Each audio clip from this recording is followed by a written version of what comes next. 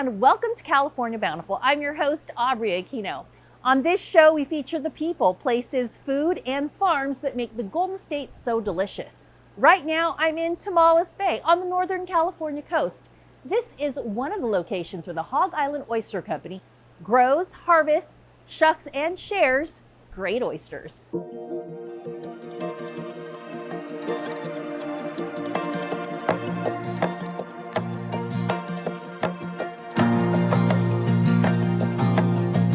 Hog Island is a small island in the middle of the bay, and the company is named after that little island. But Hog Island Oyster Company is a really interesting organization that was started about 42 years ago by essentially 3 marine biologists that were passionate about growing food in the ocean and working near the ocean. Started in the early 1980s, today Hog Island farms on 250 acres of intertidal lands in Tomales and Humboldt Bays, where they raise all 5 edible oyster varieties found in the Northern Hemisphere, plus manila clams and this green species too. Seaweed loves to grow on oyster gear, on oyster baskets. And over the years, our founders observed that there were a lot of food-grade seaweeds, things like nori and ogo, which you might get in a poke bowl. And so a few years ago, we worked with the state, modified our permits to be able to collect some of that seaweed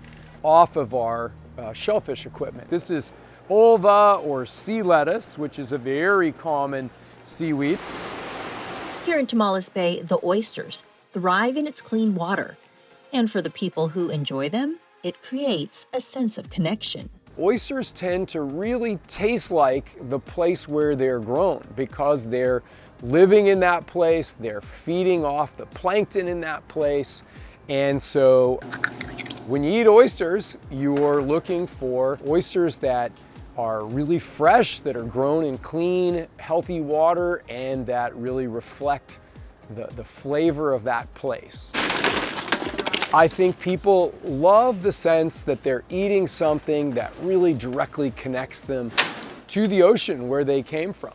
Typically, if you eat oysters raw, they are fresh and alive right up until that moment of being shucked for service.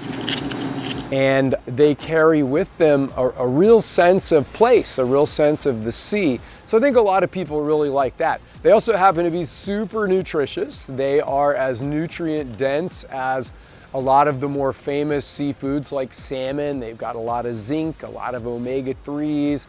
So they happen to be super good for you.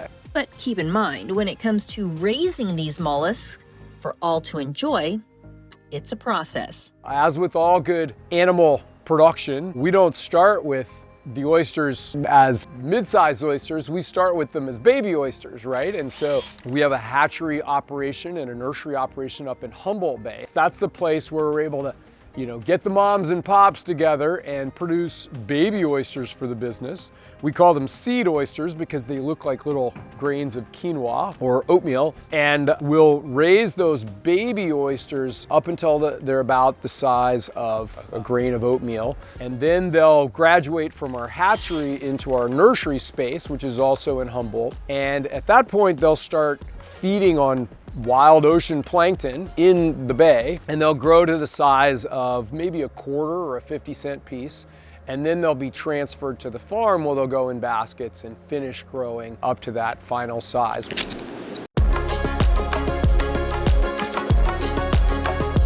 So if you have yet to try one, remember, the world is your oyster. What I like to tell people, if they're gonna have a raw oyster, which I think is the way to go, start with maybe a smaller one. When you slide it into your mouth, kind of set the scene for yourself of a taste of the ocean, right? Maybe a salty wave slapping you in the face if you're at the beach. If the oyster is fresh and it's cold, people are surprised at how delightful they can taste. There's also the possibility of using what I like to call the gateway drug for oyster eating, which is a wonderful sauce, sometimes called a mignonette. At Hog Island, we have a sauce that we call hogwash, which is actually a lovely blend of vinegar and cilantro and shallots and lime juice that creates a a beautiful accompaniment to oysters. And if that doesn't do it for you, I don't know what's going to do it for you.